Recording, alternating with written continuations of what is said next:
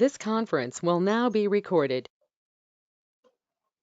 अद्य शुक्रवासरः अथवा भृगुवासरः कार्तिक कृष्ण सप्तमी दिनांक 26 नोव्हेंबर 2021 रसरत्न समुच्चय शंखं चक्रं जलकान्दरतमृतघटं चारुदोर्भिश्चतुर्भिः सूक्ष्मस्वच्छातिहृद्यां शुकपरिविलसन् मौलिमम्भोजनेत्रं कालाम्भोदोज्ज्वलाङ्गं कटितटविलसच्चारुपीताम्बराढ्यं वन्दे धन्वन्तरिं तं निखिलगतवनप्रौढदावाग्निलीलम् दौर्णदावाग्निलीलम् ब्रह्मणो हि समारब्धा मात्रे आद्येषु पूजिताम् अस्मदाचार्यपर्यन्तां वन्दे गुरुपरम्पराम् आयुर्वेदरतं वन्दे माधवाख्यं महागुरुम् आयुर्वेदामृतं सर्वं शिष्येभ्यो यः प्रदत्तवान् दृष्टाज्ञानी दृष्टकर्मा कृतकर्मा तथैव च अध्यापको विश्वश्रेष्ठो महान् संशोधकस्तथा गुणैरेतैः समुदितैः यत्कार्यं प्रतनोति सः समृद्ध्यर्थं हि कार्यस्य वयं न प्रयतामहे सरस्वत्यै नमो यस्याः प्रसादात् पुण्यकर्मभिः बुद्धिदर्पणसङ्क्रान्तं जगदध्यक्षमीक्षते आत्रेयं प्रथमं वन्दे आयुर्वेदजगद्गुरुम् आयुर्वेदामृतं सर्वं गृहीत्वा हि सुरेश्वरात् अग्निवेशादिकेभ्यो यत् प्रेच्छस्मुनि सत्तमः प्रथमं तन्त्रकर्तारम् अग्निवेशं नमामि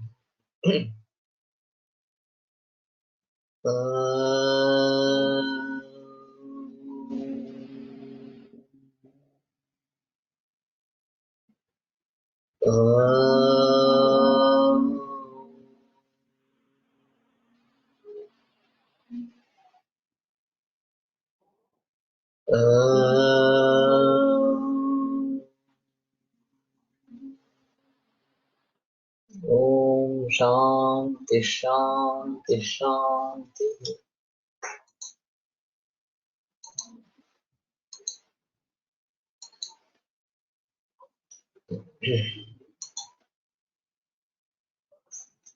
प्रतिवापादिकं कार्यं द्रुते लभ्ये सुनिर्मले।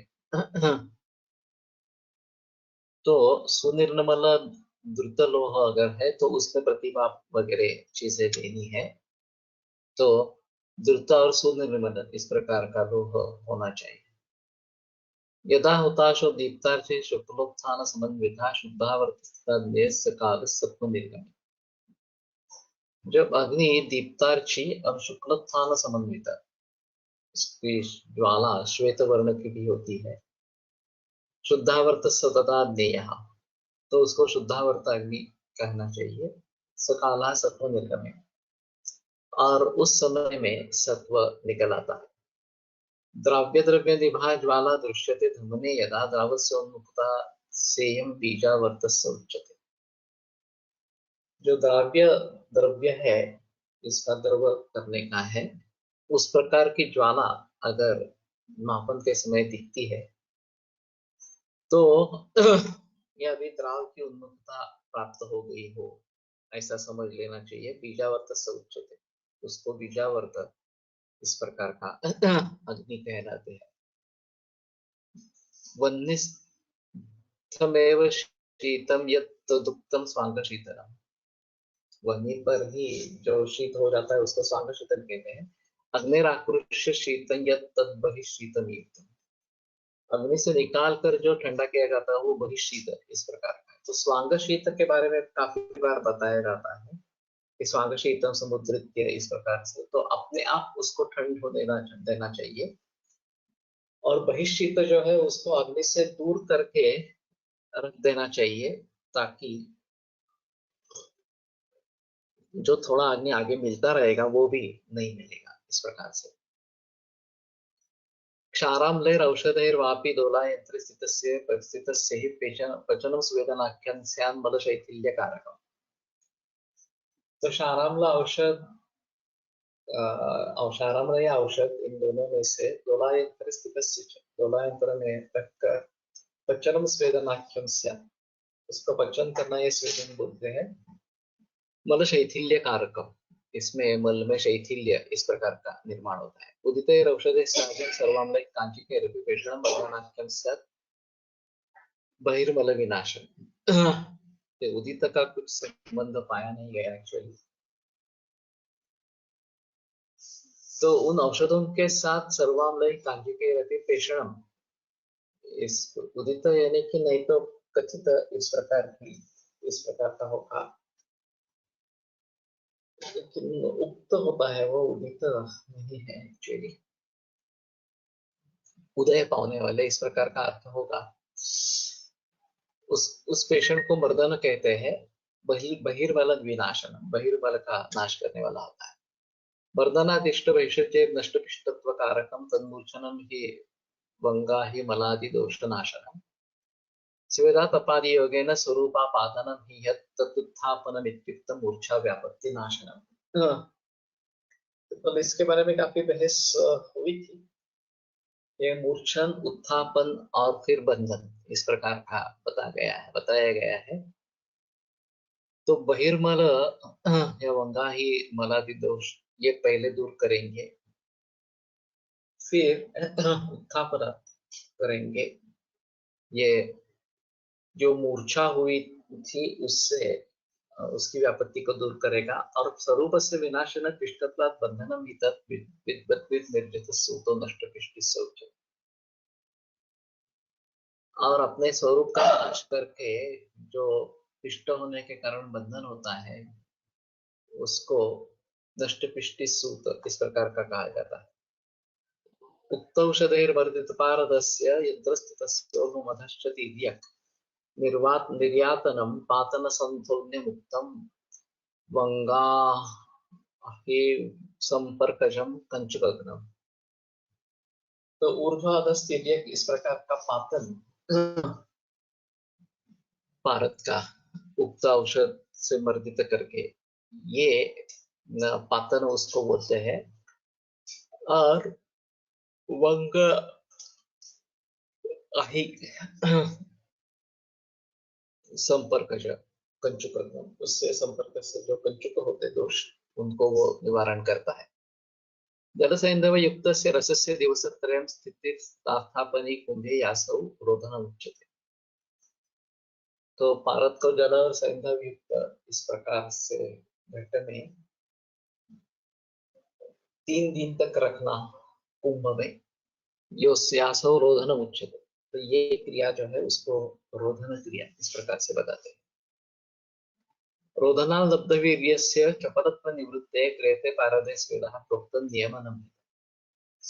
इस रोधन के कारण जिसको वीर्य प्राप्त हुआ है इसके चपलत्व की निवृत्ति करने के लिए स्वेद किया जाता है। और ये नियमन है इस प्रकार से। धातुपाषाण मूलाद्य संयुक्तो घटमध्यखा ग्रासार्थम वित्रिदनम स्वेदो दीपनम तन मतम बुधैहि।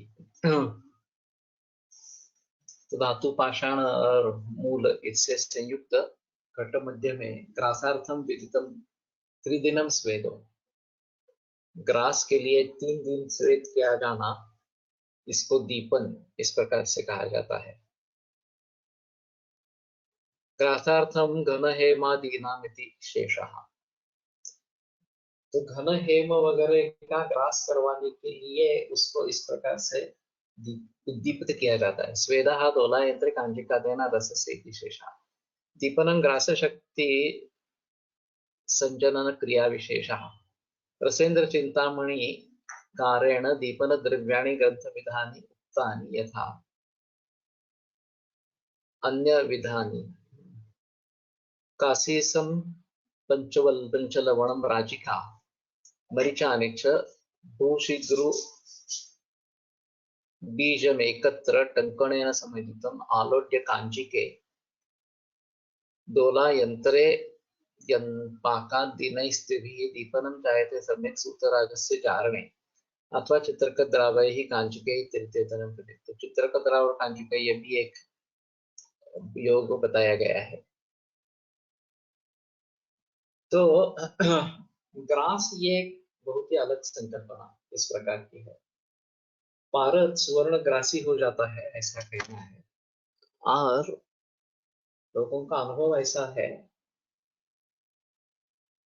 कि मानो 10 ग्राम स्वर्ण पारद ले लिया और 1 ग्राम सुवर्ण है, स्वर्णग्रासी पारद है, विभूषित पारद,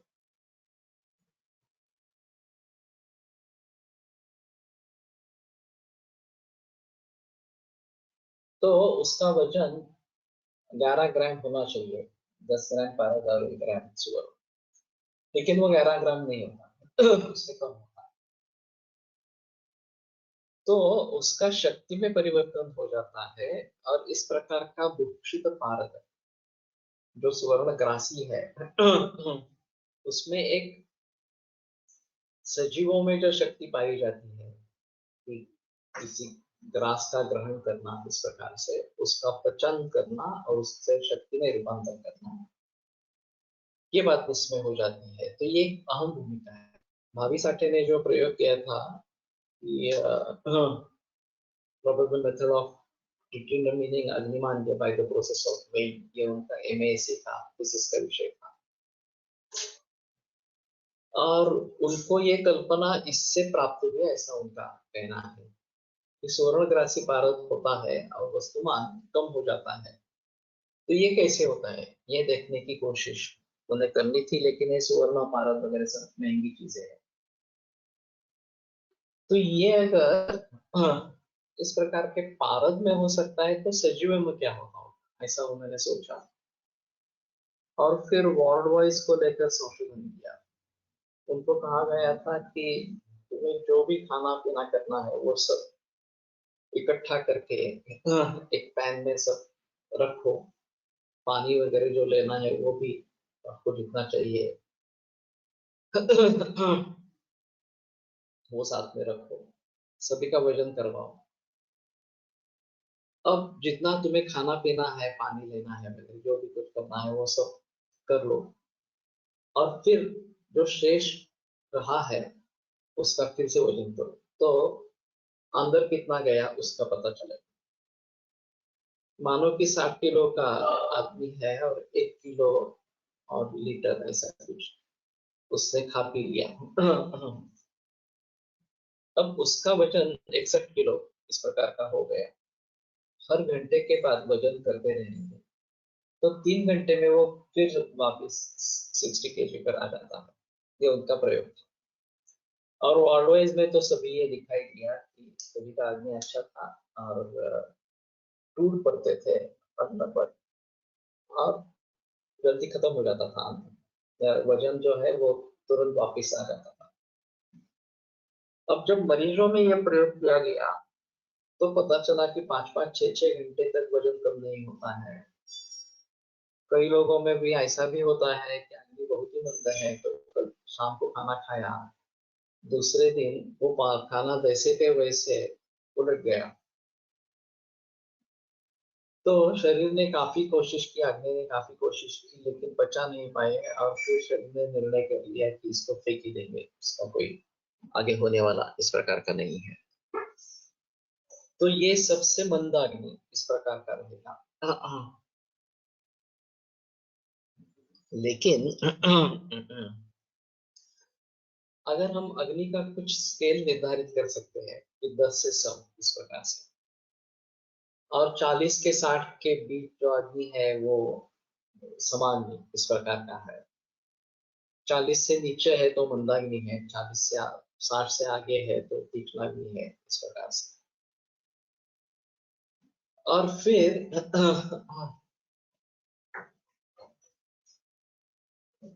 बहुत सारे रोग मंदाग्नि से होते रहते हैं, तो मंदाग्नि को कैसे दूर करना है इसके बारे में तो सोचना पड़ेगा। तो इसी प्रकार से पारद को अगर विभूषित करते हैं तो वो स्वर्णग्रासी बन जाता है। और ये एक बहुत अहम मुद्दा इस प्रकार का है। अभी आधुनिक केमिस्ट्री में, आधुनिक विज्ञान में इस प्रकार की कोई स्थिति ही नहीं है। मेरा एक मानना ऐसा है कि रसशास्त्र का भलीभांति अध्ययन अगर विदेशों में हो, जो विभिन्न लेबोरेटरीज मॉडर्न मेडिसिन की या मॉडर्न की है, वहां पे छोटे छोटे प्रयोग लेके ऐसा करेंगे तो ये रियल कंट्रीब्यूशन होगा आधुनिक वैद्य के लिए, आधुनिक विज्ञान के लिए। बहुत बार ये बताया जाता है कि जब कोई नई खोज निकलती है तो हम बोलते हैं हाँ हमारे पास तो ये पहले से ही है, इसमें इस ग्रंथ में इस प्रकार का निर्देश है वगैरह। अगर है तो आपने पूरे विश्व के सामने क्यों नहीं लाया? और जितना अभी डेवलप हुआ है उस प्रकार का तो नहीं था, ये बात भी सही इस प्रकार की है। बद्ध खेचरतान धत्ते रसो वायुष्ठ पार्वती, बद्ध पारद आकाश गमन सिद्धि प्रदान करता है। अब ये बात सही है नहीं है, कैसे कैसे प्राप्त हो सकती है, इसके बारे में अलगता से सोचना पड़ेगा। लेकिन हमारे यहाँ थी, फिर हमारे यहाँ विमान भी था, ये राम लक्ष्मण सीता ये सब विमान से आए लंका से अयोध्या में वगैरह वगैरह। तो लोग हंसी उड़ाते हैं उसकी, ये सब तुम्हारे पास था तो तुमने डेवलप क्यों नहीं किया? पहले भारत को ही डेवलप करना चाहिए था ये सब विमान विद्या वगैरह जो है। वैसे विमान विद्या का ग्रंथ भी उपलब्ध है लेकिन किसके उसमें भी भारत का ही निर्देश है ऐसा मैंने सुना। तो कहने का तात्पर्य अर्थ ये है जो चीजें अभी लोगों को मालूम नहीं है,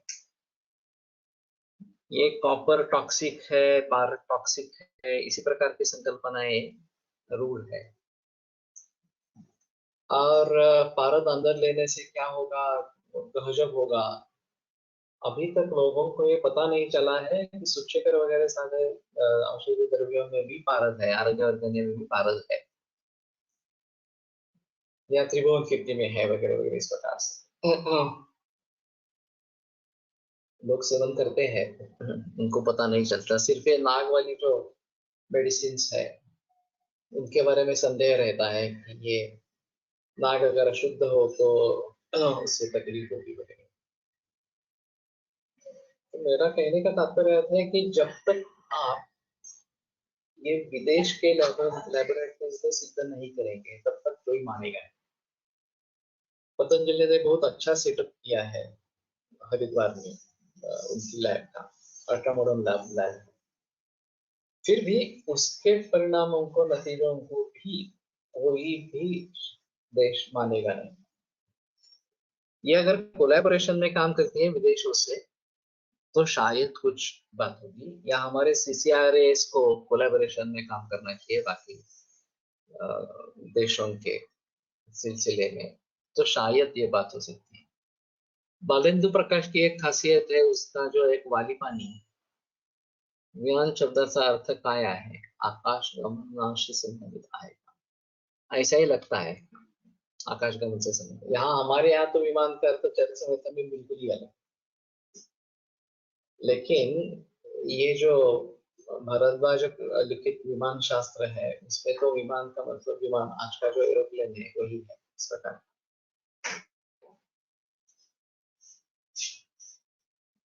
तो वाली पानी करके उसकी दवा है बालेंद्र प्रकाश की, जो देहरादून में स्थित वैद्य है। उनके पिताजी सिद्ध वैद्य थे और उन्होंने ये दवा बनाई।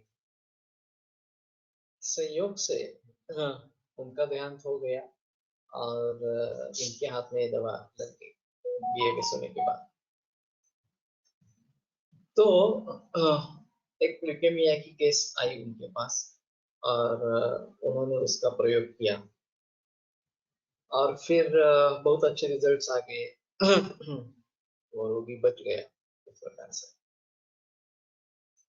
तो 2 वर्ष बीच में चले गए। हाँ, 2 वर्षों के बाद दूसरे केस, इस केस का रेफरेंस लेके आए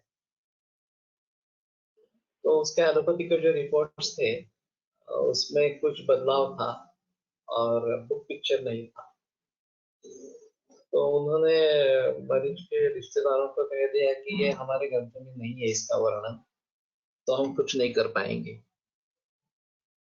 तो मरीज के रिश्तेदारों ने कहा कि आपको कुछ नहीं करना है, आप वो सिर्फ दवा दे दो जो पहले तुमने दी थी पहले मरीज को, वही दवा हमें भी दे दो, बाकी हम देख लेंगे कैसा है।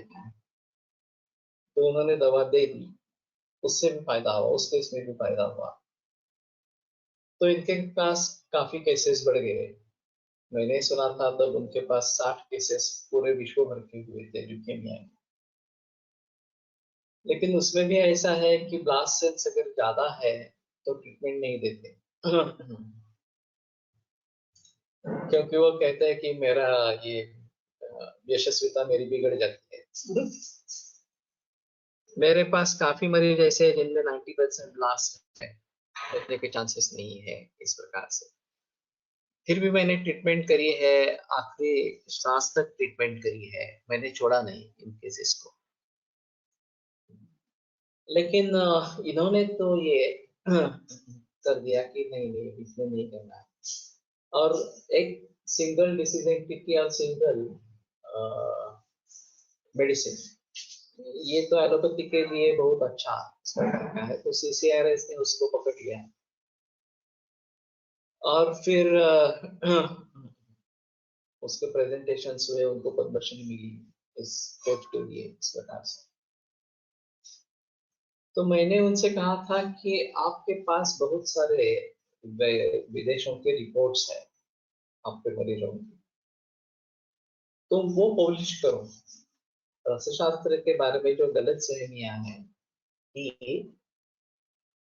ये टॉक्सिक ही है इस प्रकार से, क्योंकि उसमें तो पारद, ये दूषित पारद इस प्रकार का है, ये बंगला तक है, रोग्य है। तो ये इतने टॉक्सिक, पारद और बंगला तक इतने टॉक्सिक है, और फिर भी उनको किसी भी मरीज में कुछ भी इस प्रकार से हानि हुई या दुष्परिणाम का सामना करना पड़ा, ऐसा नहीं। उन्होंने वो कुर्ती बताई थी एक लेक्चर में, और वो बोले कि इसको 5 बरस लगते हैं बनाने में। तो मैं खुल्लम खुल्ला बोल देता हूँ तो भी कोई कर नहीं पाएगा इस प्रकार से। अब मेरी इसमें ज्यादा रुचि नहीं है, मेरी रुचि जो है वो होलिस्टिक अप्रोच में है।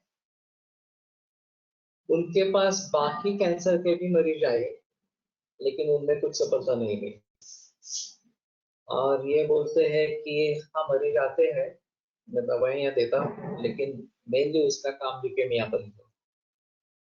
अभी हाल ही मेरे पास एक एएलएल की केस आई है परसों, एक्यूट लिम्फोब्लास्टिक ल्यूकेमिया। ऐसे ईबीएस पर 70% ब्लास्ट, और इसमें बोन मैरो में 90% ब्लास्ट।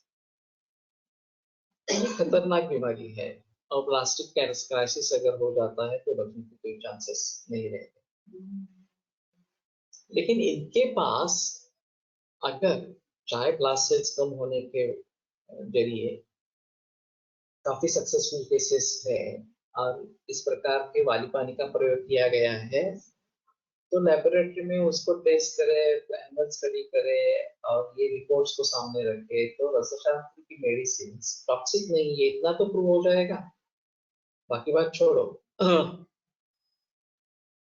लेकिन उन्होंने बता दिया नहीं नहीं नहीं, मैंने सब सीसीआरएस में दे दिया, अब मेरे हाथ में कुछ भी नहीं है इस प्रकार से। उन्होंने, मैंने जब उनको उनसे बात की तो उन्होंने बता दिया नहीं नहीं अभी मेरे पास कुछ भी नहीं, उन्होंने बात टाल दी इस प्रकार से।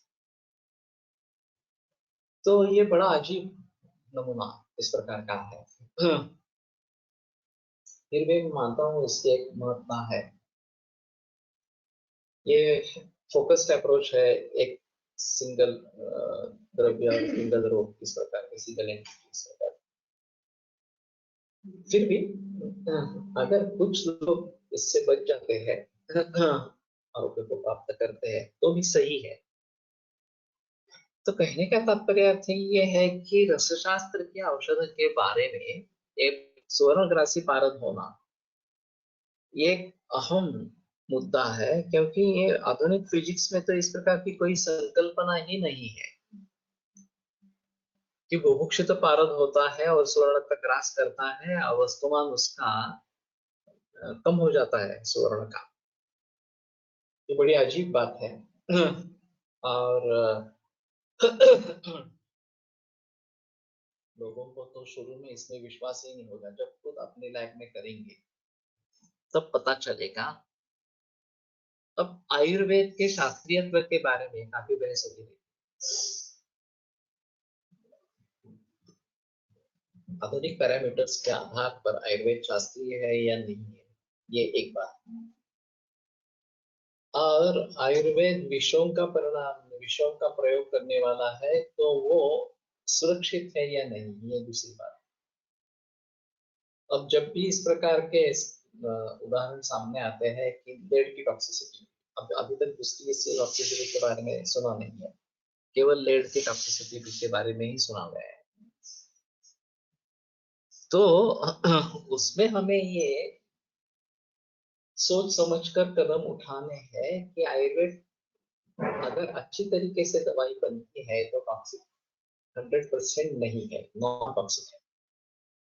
यहाँ जो ताम्र के बारे में संशोधन हुआ पुणे विद्यापीठ में सुभाष पात्रे ने किया, उन्होंने 6 सैंपल्स लिए थे ताम्र के, 4 बागान से लिए थे और 2 वैद्यों ने बनाए हुए लिए। उन 4 सैंपल, वो 4 भी सैंपल्स टॉक्सिक थे उनके हिसाब से जो उन्होंने परीक्षण किया। लेकिन जो 2 वैद्यों के 2 थे वो नॉन टॉक्सिक रहे। तो पहले उनको ये सदमा था कि ऐसा हो ही नहीं सकता, कॉपर टॉक्सिक है तो इसका बना बस टॉक्सिक ही होना चाहिए, तो टॉक्सिक नहीं है कैसे? फिर आगे संशोधन पता चला कि ताम्र का एलिमिनेशन यकृत से हो रहा था, किडनी से नहीं हो रहा। तो ये यकृत एलिमिनेशन करने वाला है, ये वो टॉक्सिक नहीं रहा क्योंकि आंतों में निकल आता है, और जो किडनी में चले जाते हैं वो टॉक्सिक होते हैं, ऐसा उनका कहना था। अब इस बात की भी पुष्टि होनी चाहिए, काफी 20-25 बरस पुराना संशोधन है। अभी सुभाष पात्रे अमेरिका में है, उनकी खुद की कंपनी है औषधि का, लेकिन वहां पे जो कुछ कर रहे हैं वो शायद लोगों के सामने आ जाए तो ज्यादा बेहतर इस प्रकार का रहेगा।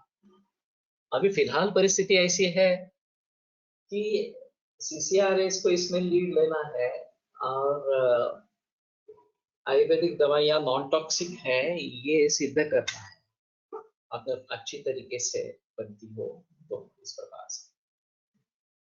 विदेशों में 2 प्रकार की गलतफहमियां प्रस्तुत है। एक तो आयुर्वेद हर्बल है, ये एक बड़ी गलतफहमी है, और सिर्फ हर्बल है, प्राणिज और खनिज ये दोनों का प्रयोग होना ही नहीं है ही नहीं आयुर्वेद, ऐसे वैद्य बताते हैं। क्योंकि उनको भीति भय लगता है कि अगर ऐसा कहेंगे एनिमल प्रोडक्ट्स भी इसमें है तो लोग कहेंगे नहीं नहीं हम नहीं लेंगे इस प्रकार से। विशेषतः जो काउडंग वगैरह जो है वो पुरुष है, उसका भी प्रयोग होता है, गोमूत्र का प्रयोग होता है, तो लोग कहते हैं अरे ये कैसे गंदी गंदी बातों का प्रयोग करते हैं, तो ये नहीं लेना है हमें इस प्रकार से। और खनिज का अगर प्रयोग है तो ये तो टॉक्सिक है, पारद टॉक्सिक है, तांबा टॉक्सिक है, तो ये बताते रहते हैं नहीं नहीं आयुर्वेद में हर्बल है, हर्बल का कुछ प्रॉब्लम नहीं है इस प्रकार। दूसरी गलत सहमियां है, जो भी हर्बल है वो आयुर्वेद है, ये भी बड़ी अजीब गलत सहमी है। वास्तव में ऐसा होता है कि जिस तरीके से हम किसी वनस्पति का प्रयोग करते हैं उसके आधार पर वो आयुर्वेदिक है, वो एलोपैथिक है, वो होम्योपैथिक है, इसके बारे में सोचा जा सकता है। जो कुछ ना आयुर्वेद में प्रयोग में आता है, होम्योपैथी में प्रयोग में आता है, एलोपैथी में भी प्रयोग में आता है, लेकिन हर एक की प्रयोग का वैशिष्ट अलग अलग इस प्रकार का। तो हम ये नहीं सोचेंगे कि अरे कुचला है तो आयुर्वेदिक है इस प्रकार से, और ये तो टॉक्सिक है, और सभी शास्त्रों में प्रयोग में लाया जाता है, होम्योपैथी में भी प्रयोग में लाया जाता है, आयुर्वेद एलोपैथी में भी प्रयोग में लाया जाता है। तो ये कहाँ का जो भी हर्बल है वो आयुर्वेदिक है, ये मूर्खता है। जिस तत्वज्ञान से हम उसको देखते हैं उसके अनुसार वो आयुर्वेदिक है, होम्योपैथिक है, एलोपैथिक है, इसके बारे में सोचा जा सकेगा। लेकिन जो भी वनस्पति जो है वो सब आयुर्वेदिक है, ये मूर्खता इस प्रकार की है। तो इन सभी गलत फहमियों को दूर करना है, लेकिन किसी का धारिष्ट ही नहीं है इसके बारे में। लोग ऐसा समझते हैं कि अगर हम लोगों के सामने रखेंगे तो लोग निकल जाएंगे हमसे और हमारी दवाइयाँ नहीं लेंगे, इस प्रकार से ये एक भीति मन में है। वैसी दूसरी एक है कि आयुर्वेद वेजिटेरियन है। वैसे काफी नॉन वेजिटेरियन रेसिपीज का और औषधि द्रव्यों का प्रयोग आयुर्वेद में सभी जगह है।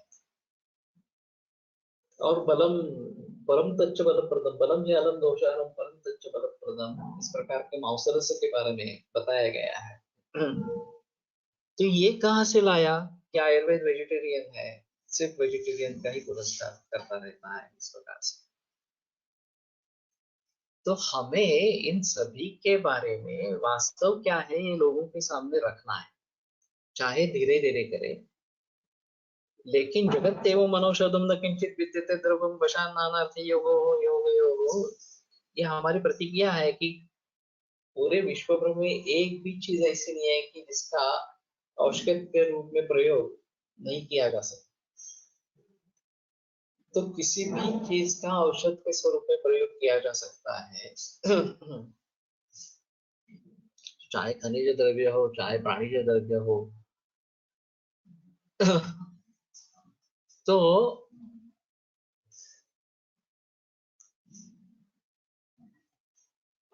मांसाहारच घेण्यास सांगितलं, तुम्ही असं कसं सांगता, मांस खाण्यास सांगितलं तर तो इथे मांस न खाणारा असेल तर समजायला जास्त कष्ट पडतात। तो इसीलिए मैं बता रहा हूँ कि इसके बारे में काफी गलत फहमियां है वास्तव में, और कुछ लोगों ने रखी है कि उसको दूर करने का ही नहीं है इस प्रकार से। अभी मुझे भी ये सवाल पूछा जाता था कि मांस भक्षण कैसे बताते हैं, इस प्रकार से मांस कैसे बताते हैं। तो मैं बताता हूँ कि धर्मशास्त्र और वैदिक शास्त्र अलग है।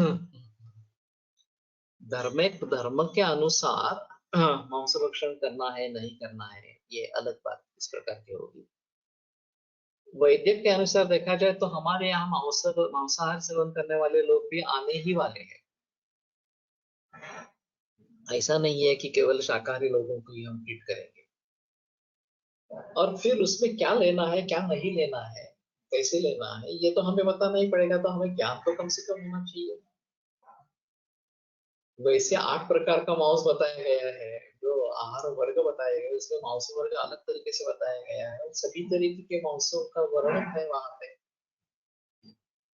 तो हम खुद ऐसा क्यों करें कि नहीं नहीं हमारे यहाँ मांस का वर्णन नहीं है इस प्रकार से। खास करके हुआ है कैसे कि विदेशों में आयुर्वेद 2 तरीके से प्रविष्ट हुआ है। एक योग के माध्यम से, वहां अहिंसा ये पहला तत्व,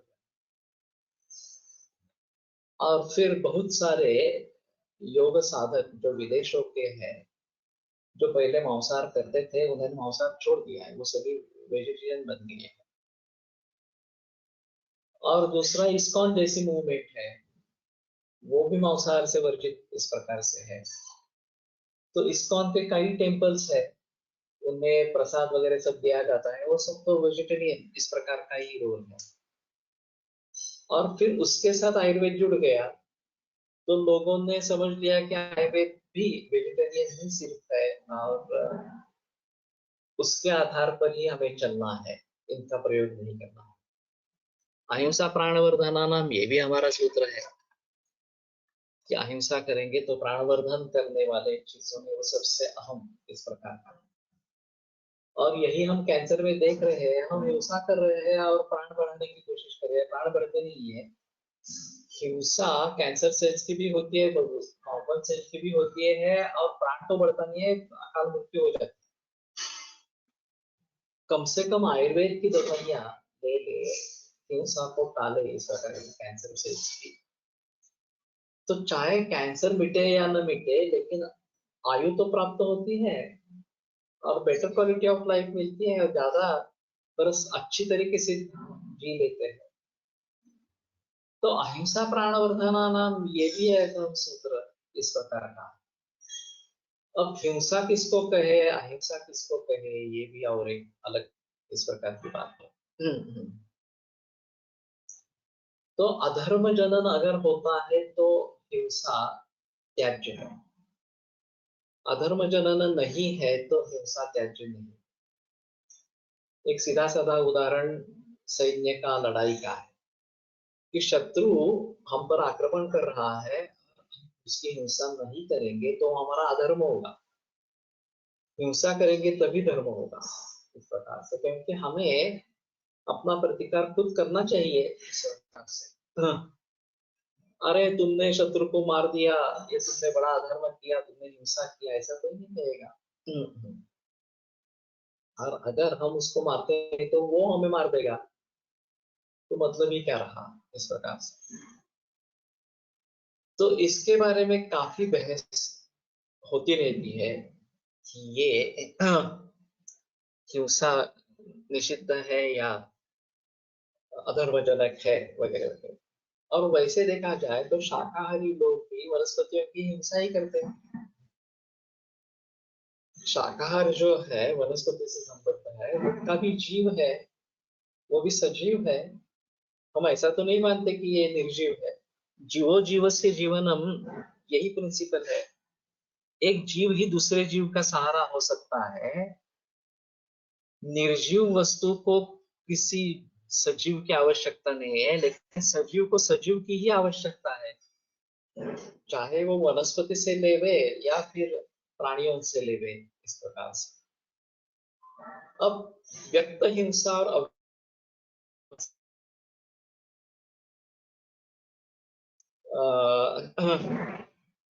वनस्पतियों में उनको अगर दुख हो रहा है तो वो व्यक्त नहीं हो, प्राणियों में व्यक्त हो जाता है और इसलिए वो उसको हिंसा कहा जाता है। लेकिन वनस्पतियों की भी हिंसा ही होती है। जो सच्चे तपस्वी है वो केवल पेड़ से गिरे जो फल, गिरे हुए फल, तोड़े भी नहीं, उसके ऊपर गुजारण करते हैं। तो ये अहिंसा का परमोच्च क्षण है कि ठीक है, हम कुछ भी हिंसा नहीं करेंगे इस प्रकार से, लेकिन जीने के लिए फल तो कम से कम चाहिए। ऐसा नहीं हो सकता कि बगैर कुछ खाए पिए हम जिएंगे। कॅन्सर सेलची हिंसा कशी काय होते, सेल मध्ये स्वतंत्र जीवात्मा स्वीकारावा लागेल, रुग्ण आत्माच्या सान्निध्यात प्रत्येक सेल मध्ये चैतन्य अभिव्यक्त होते असे आहे ना। यस। जब हम उसको कहते हैं कि ये सजीव इस प्रकार का है, उसका निर्माण होता है, वो कुछ महीने या दिन जीता है और फिर बाद में उसकी मृत्यु हो जाती है, उसमें से जो आवश्यक चीजें है वो निकाली जाती है, उसका फिर से सिंथेसिस होने लगता है, नया सेल निर्माण होता है। ये तो एलोपैथी में भी है। आरबीसीज का डिस्ट्रक्शन स्प्लीन में होता है और डिस्ट्रक्शन होने के बाद हीमोग्लोबिन को अलग किया जाता है, वो फिर यकृत में लाया जाता है और फिर आरबीसी का निर्माण होता रहता है या बोन मैरो में चला जाता है और वहां आरबीसी का निर्माण होता रहता है। तो इसमें संदेह नहीं है कि कैंसर सेल की डेथ की जाती है, उसको मारा जाता है, ये केमोथेरेपी, रेडिएशन वगैरह, उसमें कोई संदेह नहीं है।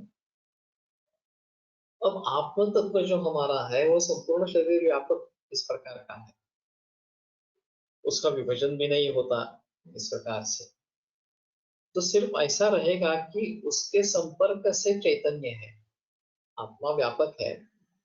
वैसे परमात्मा सर्व चराचर सृष्टि को व्यापक इस प्रकार, सर्व चराचर सृष्टि का व्यापक है, तो सभी जगह है। सिर्फ सेंद्रिय चेतनम द्रव्यम धीरेन्द्रिय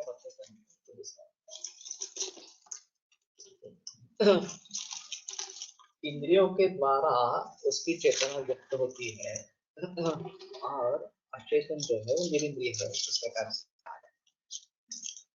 तो कहने का तात्पर्य ये है कि चैतन्य की अभिव्यक्ति सिर्फ है, चैतन्य तो सभी विश्व को व्याप्त है इस प्रकार।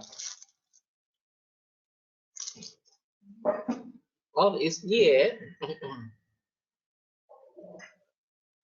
जिसमें से वो चैतन्य अलग हो गया, जैसे कि पंचभूतावशेषत पंचभूत गतम उच्यते शरीरम ही गते तस्में शून्यागारम अचेतन। ये जैसे शरीर के बारे में होता है उसी प्रकार उस सेल के बारे में हो जाता है। और कैंसर में ऐसा है कि एटॉप्सी जिसको कहते हैं अपने आप सेल डेथ होना, एक नेचुरल प्रक्रिया है, वो एटॉप्सी नहीं होती। और फिर वो प्रोलिफरेट होता रहता है, नए सेल्स को निर्माण करता रहता है कैंसर से। और ये बहुत बड़ी समस्या है। कैंसर सेल की ये विशेषता है कि उसकी ऑटोमेटिक डेथ नहीं होती और रिप्रोडक्शन तो चालू ही रहता है। तो इसके बचने के लिए उसको अगर पोषण नहीं मिलेगा तो उसके अपने आप डेथ हो जाएगी। पोषण जो हो रहा है वो अभी के आहार से हो रहा है। ये जहरीला खाना और म्यूटेशंस, अननेचुरल म्यूटेशंस जो हुए हैं उसके जरिए उसको पोषण मिलता रहता है। अगर हम केवल ऑर्गेनिक या नेचुरल खाना शुरू करेंगे तो भी उसका पोषण नहीं होगा कैंसर सेल का और वो अपने आप मर जाएंगे। उनको मारने की आवश्यकता नहीं है। लेकिन ऐसा है ना कि फार्मेसी ड्रिवन रिसर्च है, वो दिखा सकते हैं कि देखो ये केमोथेरेपी दे दिया, इंजेक्शन दे दिया,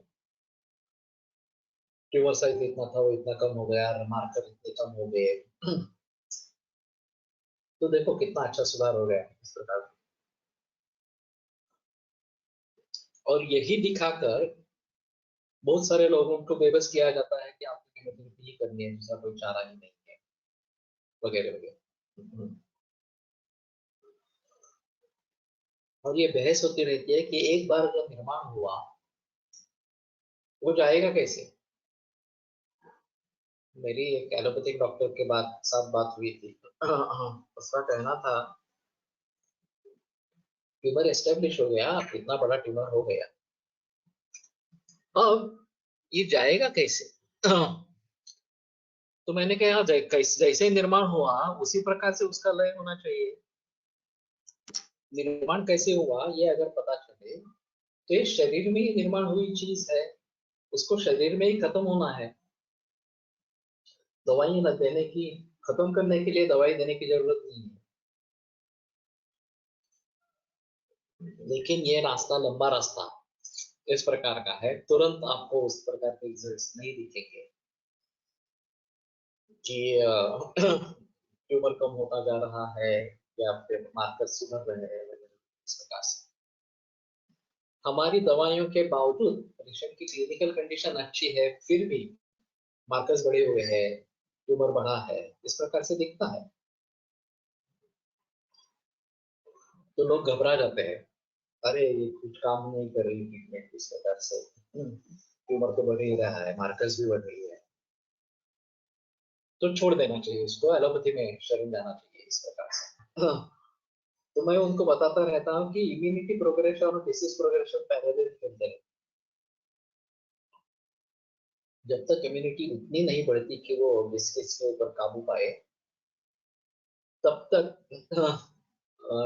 रोग बढ़ ही रहा है ऐसा दिखता है। लेकिन कुछ वर्षों के बाद ये धीरे धीरे कम होने लगता है, पूरी तरीके से नष्ट भी होता है। तो चाहे मैलिग्नेंट ट्यूमर हो, चाहे इस प्रकार का बिनाइन ट्यूमर हो, और मेनिंजियोमा ब्रेन में होता है जो नॉन मैलिग्नेंट है।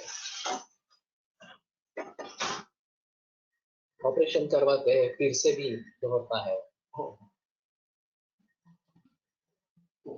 अकॉस्टिक स्वानोमा है, उसकी भी ऐसी स्थिति है, नॉन मैलिग्नेंट है फिर भी बढ़ता ही रहता है। तो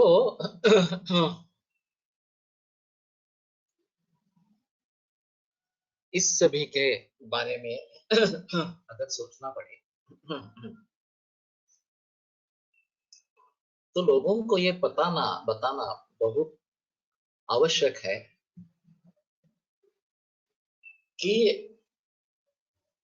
प्रॉपर मेडिसिन, प्रॉपर औषधि चिकित्सा करना यही उसका कारण है। और सचेतन क्रिया एवं निदान परिवर्तन के हिसाब से पहले क्या करना है, तो जिससे रोग को गति मिल रही है, बढ़ रहा है, उसको पहले रोकना।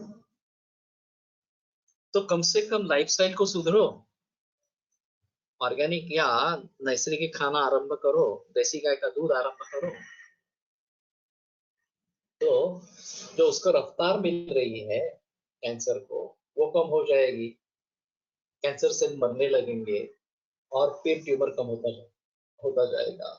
इसके साथ में दवाइयों का प्रयोग भली भांति करेंगे तो ये थोड़ा आसान होगा, थोड़ा जल्दी इस प्रकार का होगा।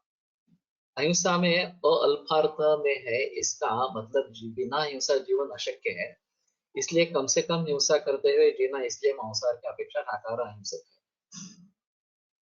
है। सही बात है, लेकिन ऐसा है कि शाकाहार में भी हिंसा है। ऐसा नहीं बता सकते कि बगैर हिंसा हम जी नहीं सकेंगे, कोई भी सजीव जी नहीं सकेगा, उसके लिए दूसरा जीव ही चाहिए। तो फिर मांसाहार करना उचित है नहीं है वगैरह वगैरह इस प्रकार की बातें हैं। और जैसे वनस्पतियों को उगाया जाता है, उसी प्रकार प्राणियों को निर्माण किया जाता है, पाला पोसा जाता है ताकि उनको मार सके इस प्रकार से। तो उसको एनिमल फार्मिंग ही कहते हैं, ये फार्मिंग ही, खेती ही इस प्रकार की है। फिर भी अपने अपने हिसाब से अगर आपको उसमें दिलचस्पी बिल्कुल नहीं है, रुचि नहीं है, तो आप शाकाहारी शाकाहारी ही रहे। मैं भी खुद शाकाहारी हूँ, शाकाहारी रहने का प्रयास इस प्रकार से करता हूँ। लेकिन इस प्रकार की अगर नौबत आती है कि कुछ हद तक इससे कुछ करना चाहिए इस प्रकार से, तो एलोपैथी की दवाई लेने के बजाय मैं पसंद करूंगा कि ठीक है, माँ से बस ले लूं इस प्रकार से। मुझे संदेह नहीं रहेगा कि हमारे शास्त्र से सम्मत है, तो ये कोई उसमें दिक्कत इस प्रकार की बात नहीं। फिर भी जो संस्कार है ब्राह्मण घराने के इस प्रकार से, और कभी खाया नहीं गया हमारे घर पे, तो उसके लिए ऐसा होता है कि मन शांत रहता है, नहीं मुझे नहीं है, इस प्रकार का होता है।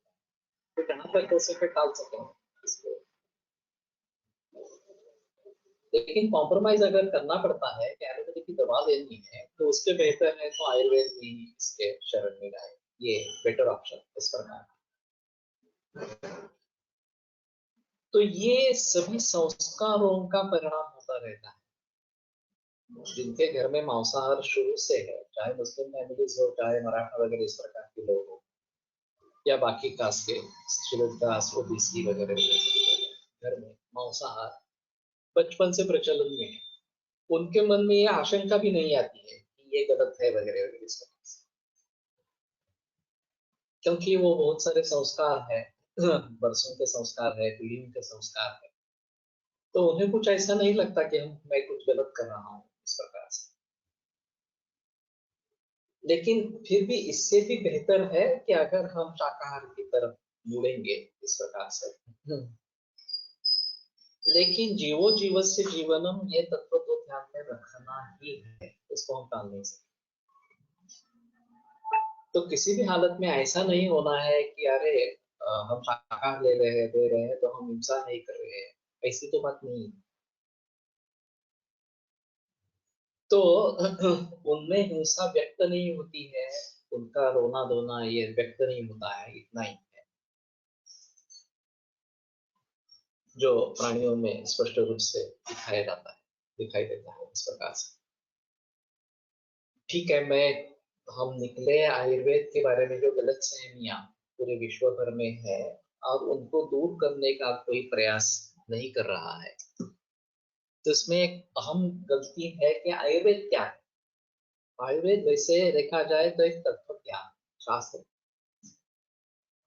उसके कई पहलू हैं और आहार के बारे में आयुर्वेद ने जितना सोचा है उतना किसी दूसरे शास्त्र ने सोचा होगा, काफी मुश्किल इस प्रकार का। तो इन सभी बातों को ध्यान में रखते हुए हमें पूरी तरीके से आयुर्वेद को पूरे विश्व भर में पहुंचाना, भारत में भी पहुंचाना है और विदेशों में भी पहुंचाना है। तो लोगों की उनके बारे में जो गलत सहमियां हैं उनको धीरे धीरे करके दूर करना है। ये एकदम कुछ करने की बात करेंगे तो नहीं होगा, ये पीढ़ियों के संस्कार इस प्रकार के हैं। तो धीरे धीरे उसके बारे में जागृति करते रहना ये आवश्यक इस प्रकार का होगा। आध्यात्मिक उन्नतीचा दृष्टीने मांसाहार निषेध आहे, शरीर पालनार्थ नाही, ज्याला जे महत्वाचे ते तसे वागू शकतो अशी व्यवस्था ऋषी केली आहे असे म्हणू शकतो। ये जो आचार रसायन बताया गया है, सत्यवादिनं प्रोक्तं विरुक्तं मध्यमैथुनं, परिसकम् अनायासं च पशुच्चतरं वगैरह वगैरह इस प्रकार से। तो नित्यं क्षीरघृताशीनम वगैरह वगैरह इस प्रकार से बातें वहां पे की गई है। तो आपको रसायन चाहिए, तो क्षीरघृताभ्यास और रसायनानाम ये एक बात बताई गई इस प्रकार की है।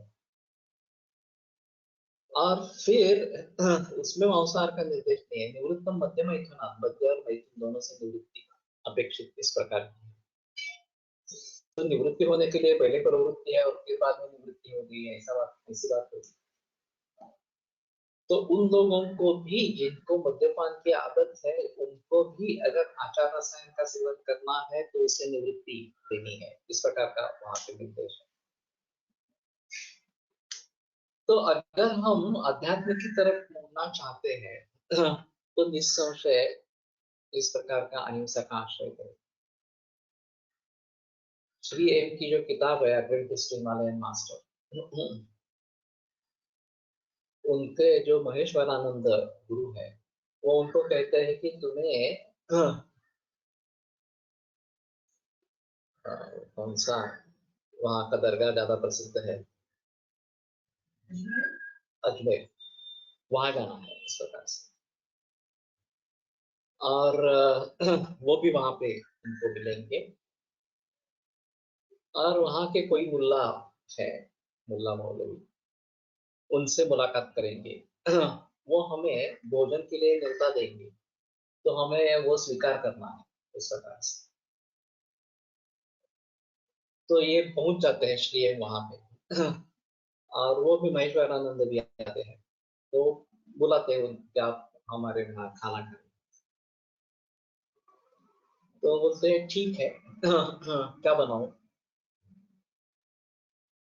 तो महेश्वरानंद जी कहते हैं कि तो बोलते हैं तुम्हारे लिए मैं कुछ शाकाहारी भोजन बनाऊंगा महेश्वरानंद जी के लिए, और इनके लिए बिरयानी बना दूंगा।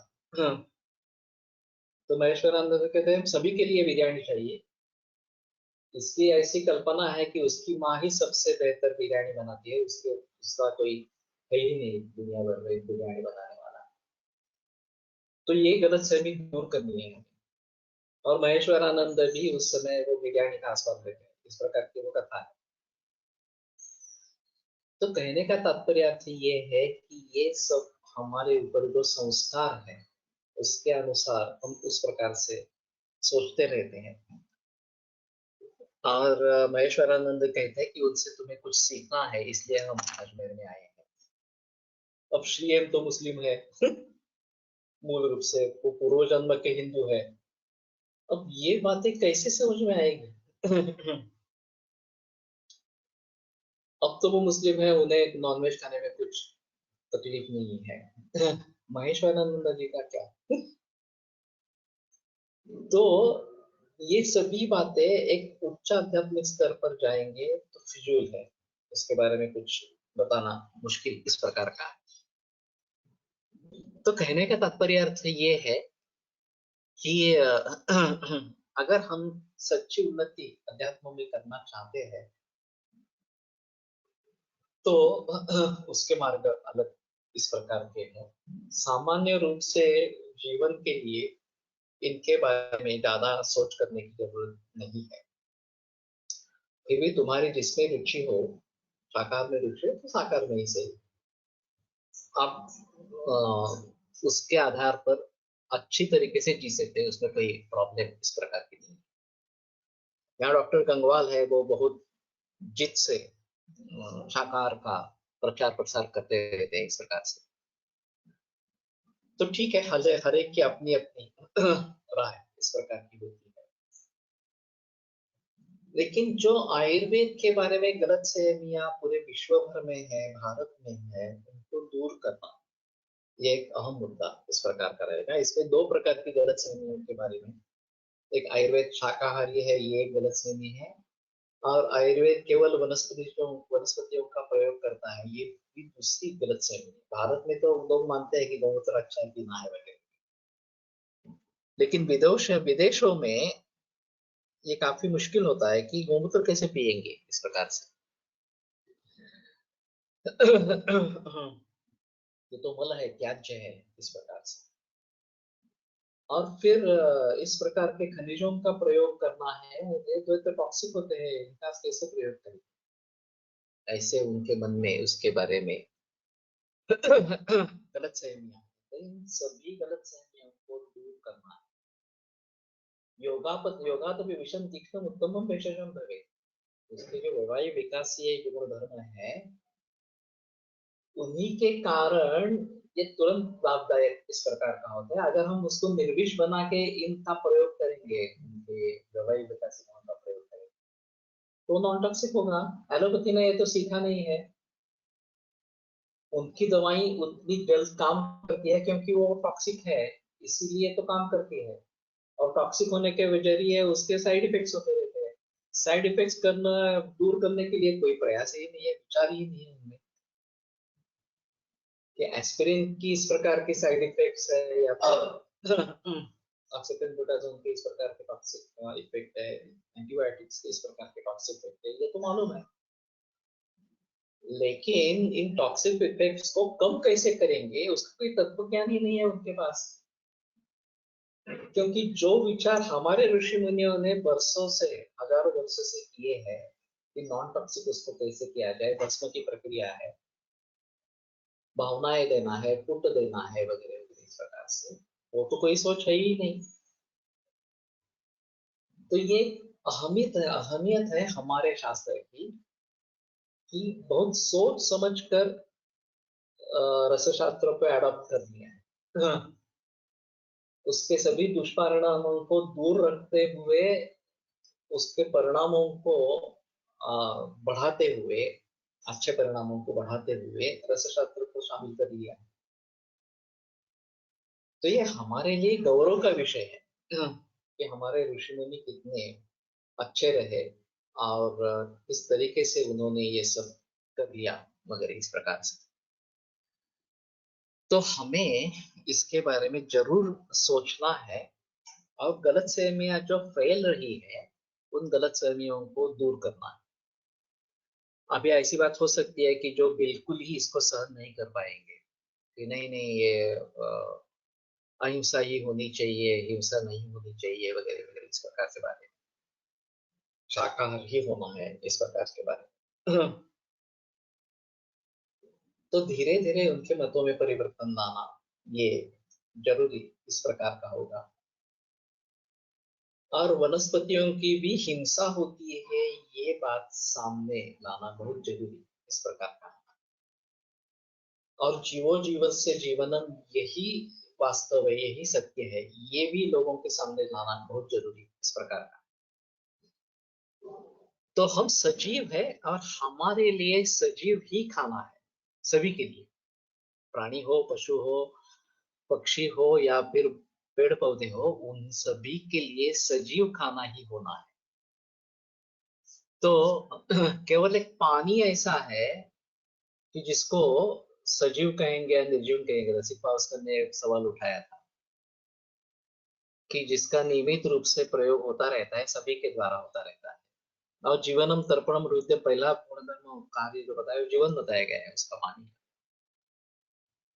तो ये कैसी क्वालिटी उसमें आ जाती है। तो ठीक है, काफी इसके बारे में सोचना पड़ेगा। तो कल आगे बढ़ाएंगे। आयुर्वेद प्रकांड निगदित इह हि शल्यतंत्र प्रधानः शिष्येभ्यः शाश्वतोऽयं निखिलजनकृपा व्याप्तचित्तेन येन आयुर्वेदस्य वाञ्छन् पुनरपि भुवने काञ्च सुष्ठु प्रतिष्ठां श्रेष्ठं धन्वन्तरिं तं प्रणमति च सदा वैद्यवर्गो हि नूनम् वैद्यवर्गो हि नूनम्।